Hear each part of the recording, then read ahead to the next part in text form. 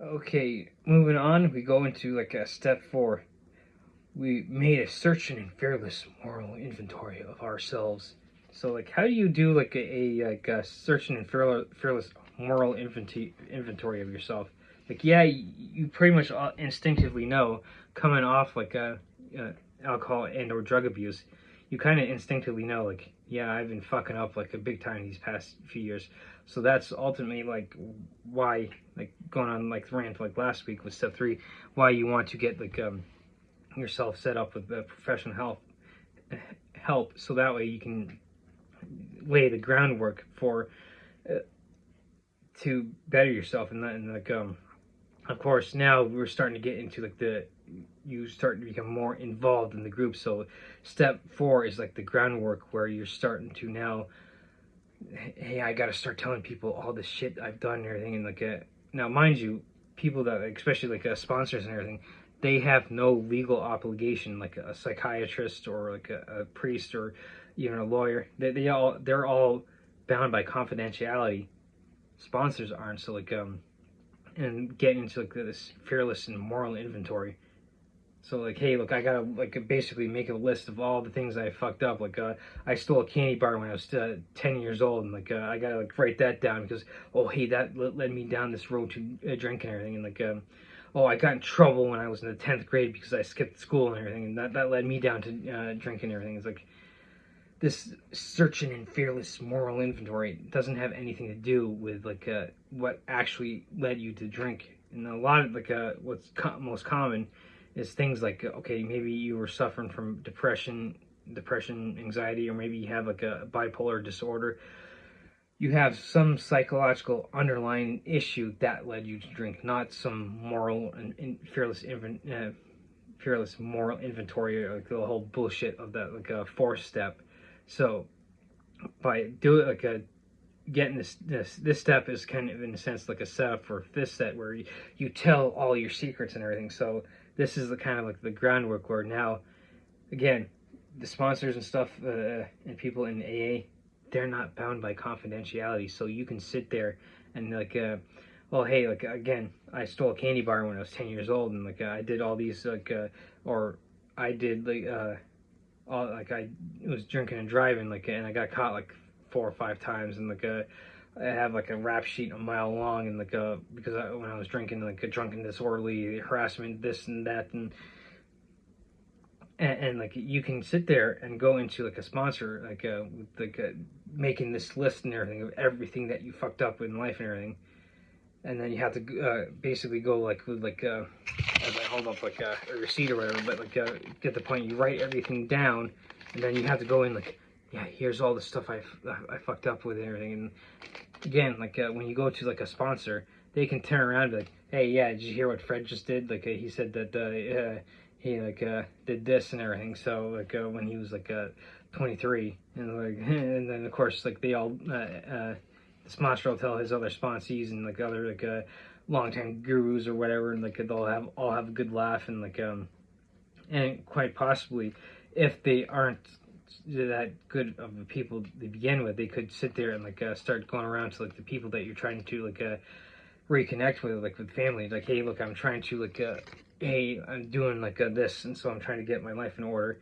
and you're trying to mend those past relationships. They can turn right back around and like talk behind your back and like basically blow up your plans of trying to get things better and instead make things actually worse and everything. So now, if you're actually going to sit there and get things like the okay, here's all the things where I screwed up in my life, get with professional help, so like you have at least that that code of conduct with the professional confidentiality. So that way, if you go to the therapist and everything, you know that they're not going to spill the beans. I mean, technically they could, but they end up losing their license to practice and everything.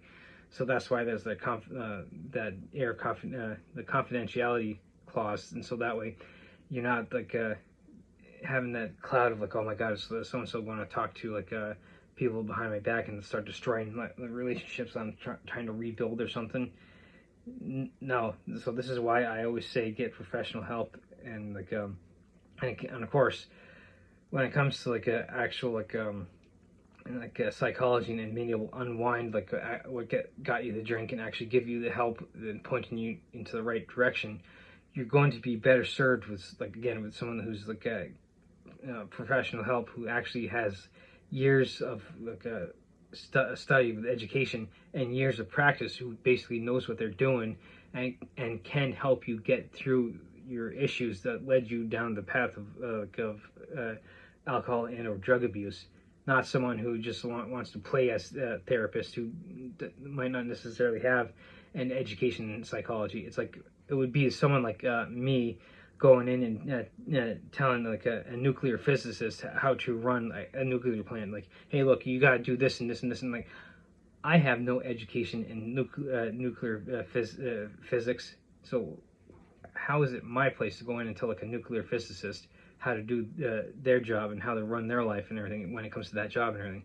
It's the same kind of concept when like someone who basically has no education, no knowledge, no experience other than they go, oh hey look, I used to have a drinking problem and I just upped and quit and everything, and now I have 25 years of sobriety and like that's my only claim to know what I'm talking about. And like I got this one book, this one religious text that was written back in the 1930s and hasn't changed since and everything.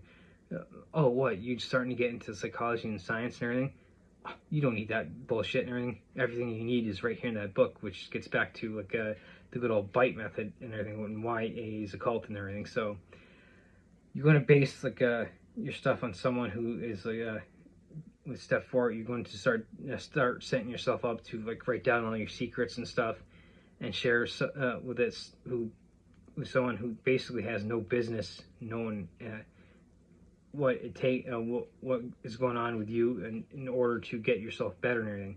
Again, they have no like legal ramifications or anything, and they have nothing of confidentiality holding them back of like going around and like especially now with the internet, they can like sit there and start blasting stuff on like all the social media apps and everything and be like oh hey look, did you hear so and so did this and did that, and like they can basically air out your dirty laundry, and that wouldn't necessarily be a good idea for you who's trying to get your life in order.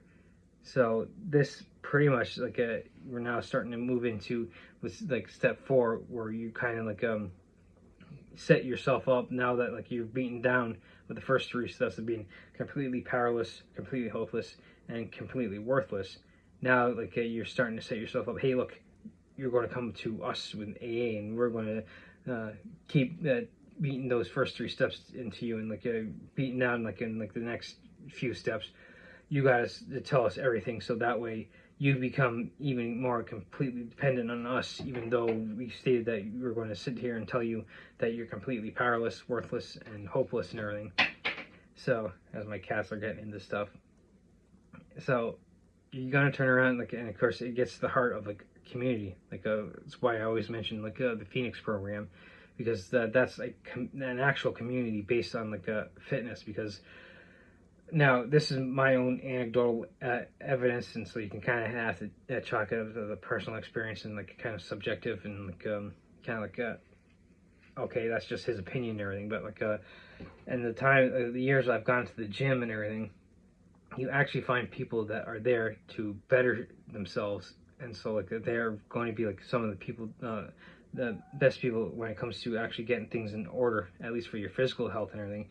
And they actually will know like what they are talking about, because a lot of times, like myself included, will have spent like years getting into like research on like, okay, well, who are the experts? Like, okay, well, let's see, I'm going to listen to like okay, Jeff Cavalier for Athlete X. I'm going to listen to him because okay, he knows what he's talking about when it comes to training and everything. I'm going to listen to Andrew Huberman because it's like, okay, he knows a lot about the science and psychology behind stuff like that, and like and then okay, I'm going to start listening to some of the top power lifters because maybe I want to start adding some muscle.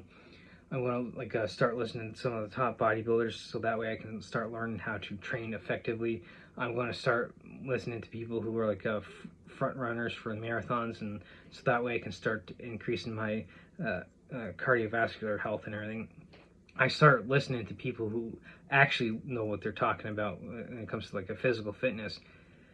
you're not going to find that concept in AA, because like again, you're kind of clinging to people who have one text, one religious text that was published back in the 1930s and has no basis in science and psychology whatsoever, and pretty much not only disregards but tells you to disregard all the scientific and psychological know-how that we have gotten in the last 90, 100 years and everything. So this step 4 is basically you starting to set yourself up to become dependent on AA. So again, you're going to be better. I'm going to keep reiterating that you're going to be better served with doing things like a smart recovery, Phoenix program, rational recovery, instead of getting yourself dependent on AA and put yourself in a much worse position.